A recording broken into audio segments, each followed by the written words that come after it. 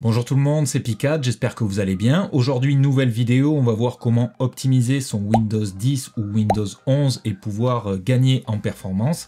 Que tu viennes d'acheter un nouveau PC ou que ce soit pour un PC que tu as déjà mais qui devient un petit peu plus lent, on voit ça ensemble. Je suis passé récemment sur Mac. Effectivement, je suis passé sous Mac il y a quelques mois, mais comme je vous l'avais dit, je garde un PC sous Windows à la maison pour faire d'autres trucs que je fais.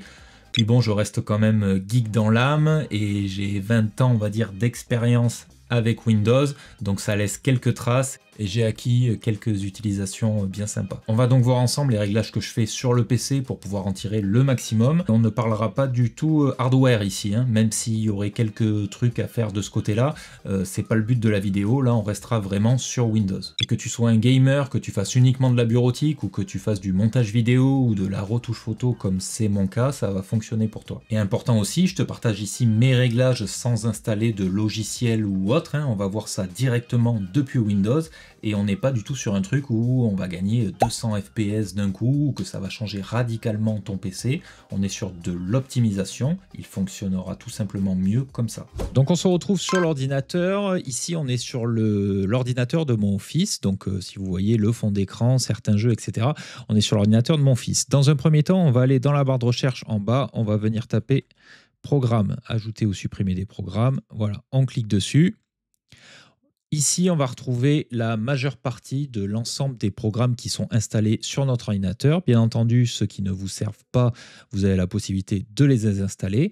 Dans le cadre d'un ordinateur neuf, vous aurez aussi des choses que vous pouvez désinstaller parce que Windows a tendance à installer des choses dont vous n'auriez peut-être pas besoin dès le départ. Pour désinstaller, rien de plus simple. Donc, vous scrollez la liste hein, et dès qu'il y a un truc que vous voulez désinstaller, vous cliquez sur les trois petits points, désinstaller et ça va être fait dans la foulée. Attention par contre, s'il y a des programmes et que tu ne sais pas à quoi ça correspond, il vaut mieux ne pas toucher au risque de foutre en l'air un truc. Ce serait quand même dommage en voulant optimiser son Windows de maintenant le faire bugger. Une fois que l'on a checké et supprimé tout ce qui ne servait pas comme application dans notre PC, on va venir regarder du côté de notre liste de démarrage. Donc je vais dans la barre de recherche en bas, je vais venir écrire démarrage, ensuite application de démarrage et ici je vais avoir tout le listing des applications qui se lancent automatiquement au démarrage de l'ordinateur.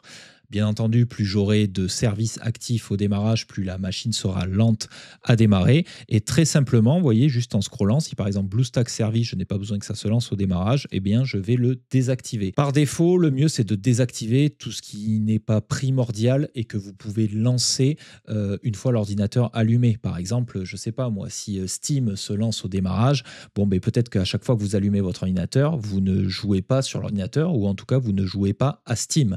Donc il y a peu d'intérêt de le lancer au démarrage. Vous voyez, ce genre de choses. Alors si votre PC est neuf, quoique Windows, il peut quand même vous installer pas mal de trucs par défaut, mais évidemment, votre liste de démarrage, elle sera moins fournie si votre PC est neuf que s'il s'agit d'un PC déjà existant, on est d'accord. On a désinstallé les programmes qui ne nous servaient pas, on a aussi également fait de la place dans notre liste de démarrage. Maintenant, ce qu'on va faire, c'est qu'on va passer à un nettoyage du disque avec un utilitaire du même nom, hein, qui s'appelle nettoyage de disque directement sous Windows, qui va nous permettre en fait de nettoyer les fichiers un petit peu cachés. On penserait même pas qu'ils sont installés là d'ailleurs et qu'ils prennent de la place et des ressources pour rien. On va voir comment les virer. Donc dans ma barre de recherche, je vais venir écrire nettoyage. Voilà, nettoyage de disque, je commence à l'écrire. Nettoyage de disque, je clique dessus. Ici, il me propose plusieurs lecteurs. En fonction du nombre de lecteurs que vous avez, enfin de disques que vous avez sur votre PC, vous pouvez choisir. Donc moi, je vais choisir par exemple le disque C. Je fais OK. Ici, une petite fenêtre en fait s'ouvre et je vais pouvoir venir cocher et décocher certains éléments. En fin de compte, vous pouvez virer tout ce que vous voulez. Le seul truc qu'il ne faut pas cocher, c'est celui-là, fichier d'optimisation de livraison. Sinon, le reste, dans l'absolu, vous pouvez tout cocher.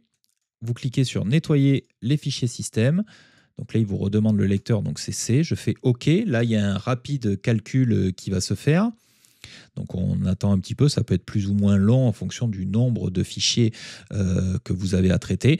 Et là, en fait, il va me faire un aperçu de, une estimation de combien je peux gagner d'espace. Donc vous voyez, je laisse décocher fichier d'optimisation temporaire et je coche tout le reste. Là, je pourrais gagner 1,15 Go et ensuite, je cliquerai sur OK et ça y est, c'est fait, ce serait nettoyé. Toujours dans l'esprit de rendre un peu plus vif notre PC, on va venir désactiver les fonctionnalités facultatives et ça porte bien bien son nom. Si on ne s'en sert pas, autant les virer. Donc toujours dans notre fameuse barre de recherche, on va venir écrire fonctionnalité facultative, voilà, il est ici, je clique dessus et là j'arrive sur un nouveau menu déroulant où tout un tas de choses font partie de Windows et je vais pouvoir les désactiver en fonction de si j'en ai besoin ou pas. Par exemple, vous voyez, mode Internet Explorer, si par exemple vous utilisez Google Chrome ou Brave ou peu importe, enfin en tout cas pas Internet Explorer, vous allez pouvoir venir le supprimer directement en cliquant ici. À chaque fois que vous allez supprimer quelque chose dans cette entité, il va vous demander un redémarrage du PC et vous serez bon. Important aussi, dans cette catégorie-là des fonctionnalités facultatives qui peut vous faire gagner pas mal de ressources, mais uniquement si vous ne vous en servez pas, c'est en cliquant ici, vous scrollez tout en bas, vous allez sur plus de fonctionnalités Windows, une fenêtre donc s'ouvre. Là, vous descendez, vous scrollez, je crois que c'est tout en bas. Ouais, c'est la plateforme de machine virtuelle. Donc là, vous le décochez si vous ne vous en servez pas, ça vous fera gagner pas mal de performance. En revanche, si vous vous servez de VM, que ce soit pour de la domotique, que ce soit pour émuler un autre OS ou émuler par exemple des ROM d'anciennes consoles, à ce moment-là, laissez-le activer parce que sinon, ça ne marchera plus. Bon, pour le nettoyage du PC, on n'est pas trop mal. Maintenant, on va passer à des trucs un petit peu plus spécifiques.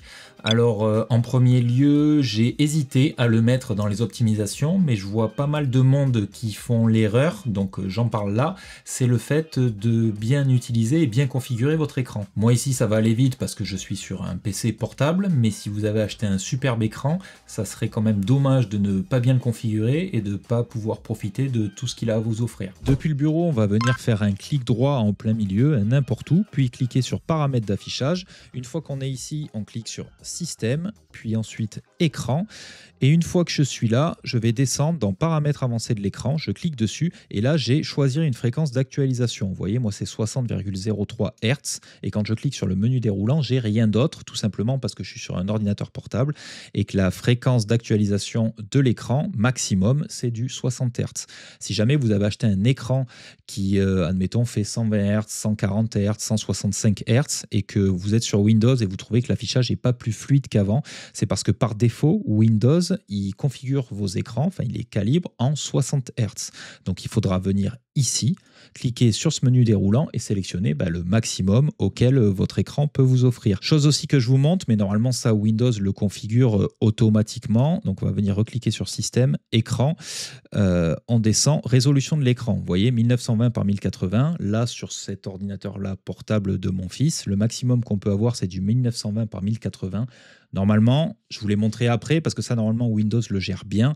Si votre écran peut afficher du 4K, normalement, ça sera configuré directement en 4K. Mais bon, ça vaut toujours le coup de savoir où c'est qu'on peut le vérifier. Toujours dans l'esprit d'améliorer nos performances, vous savez certainement que le mode jeu de Windows existe, enfin plus ou moins les captures de jeu.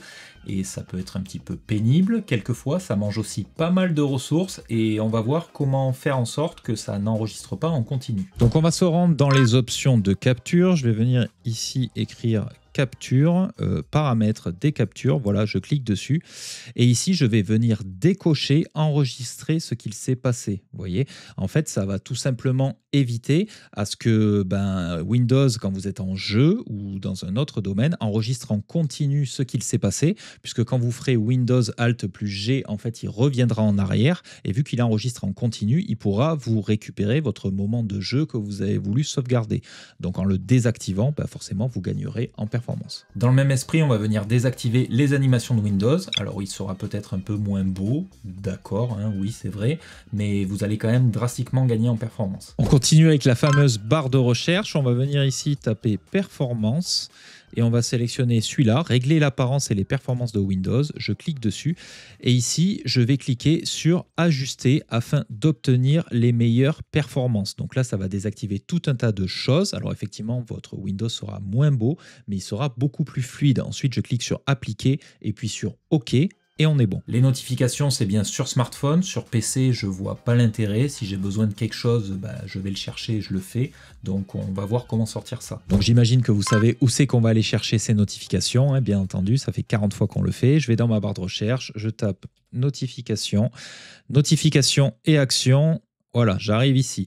Donc là, j'ai un menu déroulant avec tous les programmes que j'ai sur mon PC qui sont susceptibles de m'envoyer des notifications. Donc soit je désactive programme par programme et je garde ceux où je veux avoir des notifications, ou alors je vais tout en haut et ici je clique donc notification, je clique sur désactiver et là j'aurai plus aucune notification de plus aucun programme. On va chercher maintenant à tirer le meilleur parti de notre PC avec quelques ajustements et lui faire comprendre qu'en fait il faut qu'il nous donne le maximum de puissance qu'il a à sa disposition. Pour ça donc on va se rendre dans les paramètres graphiques, donc je vais venir taper graphique ici, voilà, paramètres graphiques, je clique dessus.